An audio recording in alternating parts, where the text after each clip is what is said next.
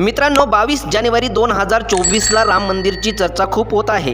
परंतु तुम्हाला माहिती आहे का, एका मुस्लिम देशात राम मंदिरचं लोकार्पण होणार आहे. हे लोकार्पण संयुक्त अमिरातची राजधानी अबुधाबीमध्ये होणार आहे. हा सोहळा भारतातील राम मंदिरच्या लोकार्पण सोहळ्यानंतर होणार आहे.